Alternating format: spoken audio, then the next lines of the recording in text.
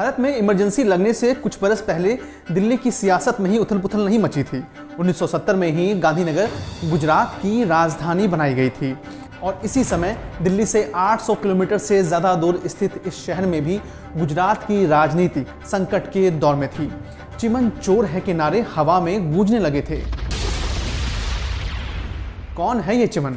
चिमन चोर है के नारे गूंजे, उनकी वजह उनके फैसले थे या इंदिरा गांधी के? गुजरात चुनाव 2022 के बीच हम जानेंगे राज्य की राजनीति के एक पुराने किस्से को, जब इंदिरा गांधी को उन्हीं की पार्टी के एक नेता ने घुटनों पर ला दिया था। नमस्कार, मैं हूं मुकेश। देश दुनिया की ऐतिहासिक घटनाओं पर आधारित हमारे विशेष कार्यक्रम झरोखा में आप सभी का स्वागत है। अगर आप इस वीडियो को YouTube पर देख रहे हैं तो हमारे चैनल को सब्सक्राइब करें, और अगर आप इस वीडियो को Facebook पर देख रहे हैं तो हमारे पेज को लाइक करना और फॉलो करना न भूलें। आइए आज का सफरनामा शुरू करते हैं।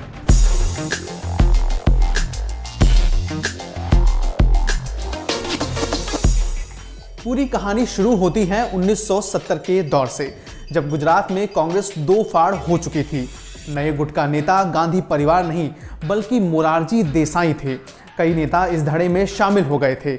आंतरिक खींचतान और गुटबाजी ने हालात को और भी खराब कर दिया था। 1970 में नौजवान नेता चिमन भाई पटेल अचानक गुजरात की राजनीति में चमकते हैं। 1972 में चौथी विधानसभा के लिए चुनाव हो चुके थे। 167 में से 140 सीटें कांग्रेस के पास आई थी। 17 मार्च को घनश्याम ओझा सीएम बनाए गए। चिमन भाई मोरारजी देसाई के तगड़े समर्थक थे, चाहते थे खुद सीएम बनना, लेकिन चुनाव के बाद इंदिरा ने ब्राह्मण चेहरे घनश्याम ओझा को मुख्यमंत्री के लिए चुना। हालांकि वह इंदिरा की तो पसंद थे, लेकिन विधायकों का समर्थन उन्हें हासिल नहीं था। चिमन भाई और उनके समर्थकों ने ओझा को 15 महीनों के लिए झेला, लेकिन मार्च 1972 से जून 1973 के बीच, जहां उनकी इंदिरा से तीखी नोकझोंक भी हुई, मुंबई के राजभवन में ये गर्मागर्मी का माहौल पैदा हुआ। 70 विधायक चिमन भाई के समर्थन में आ चुके थे। तब चिमन भाई पटेल ने इंदिरा को चुनौती देते हुए कहा था कि आप ये तय नहीं कर सकती कि विधायक दल का नेता कौन बनेगा, ये फैसला विधायक ही तय करेंगे। इंदिरा ने तब उनका विरोध नहीं किया था। उन्हें गुजरात के प्रभारी स्वर्ण सिंह से मिलने को जरूर कह दिया था। तब सरदार स्वर्ण सिंह गुजरात के प्रभारी भी थे और केंद्र सरकार में विदेश मंत्री भी। तब उन्होंने गुजरात की समस्या के समाधान के लिए गुप्त मतदान के लिए कहा। इससे पहले ऐसा कभी नहीं हुआ था। स्वर्ण खुद गुजरात गए और गुप्त मतदान कराया। गिनती हुई दिल्ली में। चिमन भाई अपने प्रतिद्वंदी कांतिलाल घिया से 7 वोट से जीत गए। 18 जुलाई 1973 को गुजरात सीएम पद की शपथ ली।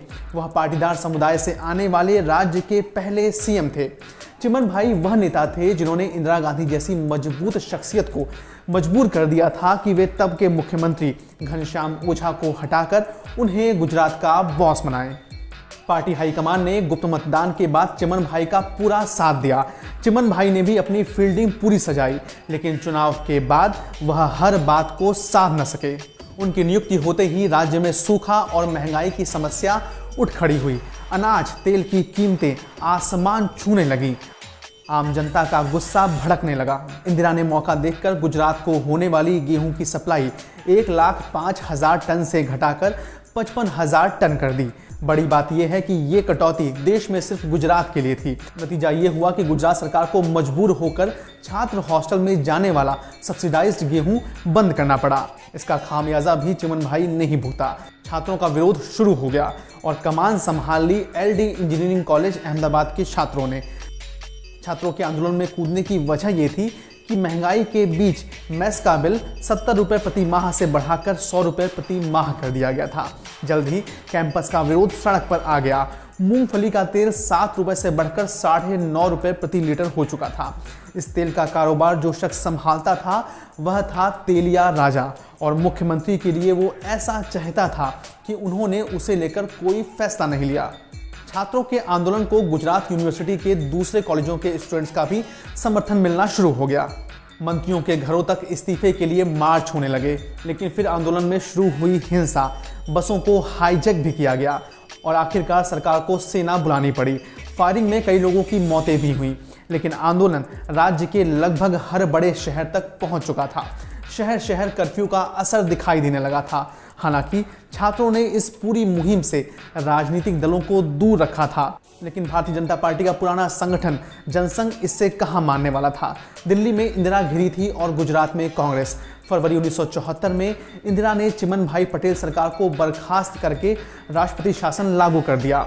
चिमन भाई पटेल को पार्टी से बाहर कर दिया गया। हालात सुधर नहीं पा रहे थे। छात्रों ने नवनिर्माण आंदोलन की शुरुआत की। ऐसे वक्त में तकदीर सिर्फ जनसंघ की ही नहीं बदली, बल्कि 24 साल के एक नौजवान छात्र नेता का भी सिक्का चल पड़ा।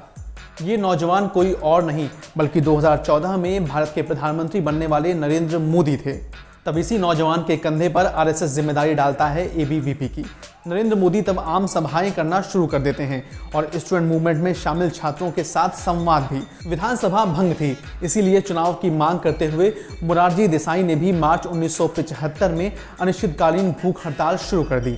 विपक्ष की तेज होती धार को देखते हुए इंदिरा गांधी ने देश भर में आपातकाल लागू कर दिया। अब आते हैं 1989 में।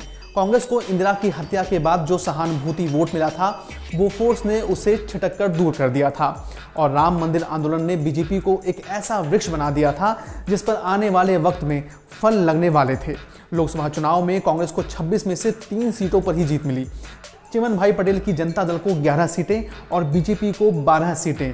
अगले साल हुए विधानसभा चुनाव में बीजेपी ने 67 सीटें जीती। चिमन भाई पटेल की जनता दल ने 70 सीटें और कांग्रेस को मिली सिर्फ 33 सीटें। कांग्रेस का वोट शेयर भी 55% से घटकर 31 पर आ गया था। चिमन भाई बीजेपी की मदद से मुख्यमंत्री तो बने, लेकिन आडवाणी की रथ यात्रा को जब बिहार में रोका गया और उन्हें गिरफ्तार किया गया, तब बीजेपी ने चिमन भाई से समर्थन वापस ले लिया। तब चिमन भाई का सहारा कांग्रेस ही बनी थी। 1991 में बीजेपी ने गुजरात में 51% वोट हासिल किया और 22 सीटें जीती। खुद मुख्यमंत्री की पत्नी उर्मिलाबेन अपने गढ़ में चुनाव हार गई थी। अपने हालात देखते हुए चिमन भाई ने जनता दल गुजरात का विलय कांग्रेस में कर दिया।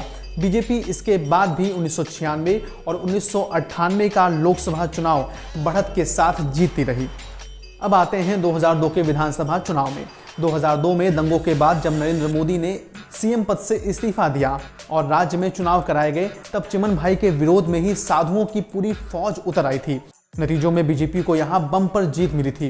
वहीं कांग्रेस 51 सीटों पर सिमट गई थी। कांग्रेस का पार्टी दफ्तर ऐसा हो गया था जैसे मानो कोई मातम पसरा हो। उर्मिलाबेन पटेल, जो चिमन भाई पटेल की पत्नी थी, वह बेटे सिद्धार्थ की हार से दुखी थी। साधुओं ने बेटे सिद्धार्थ के खिलाफ अभियान चलाया था। बीजेपी की महिला कार्यकर्ताओं के साथ डोर टू डोर कैंपेन किया था। राज्य भर में हिंदुत्व का प्रचंड वेग दिखाई दे रहा था। बीजेपी ने न सिर्फ वापसी की थी, बल्कि 182 में से 127 सीटें भी जीती थी। और अब उन्हीं पूर्व सीएम चिमन भाई की पत्नी उर्मिलाबेन पार्टी दफ्तर में फूट फूट कर रोई थी, जिन्होंने कभी इंदिरा को घुटनों पर ला दिया था।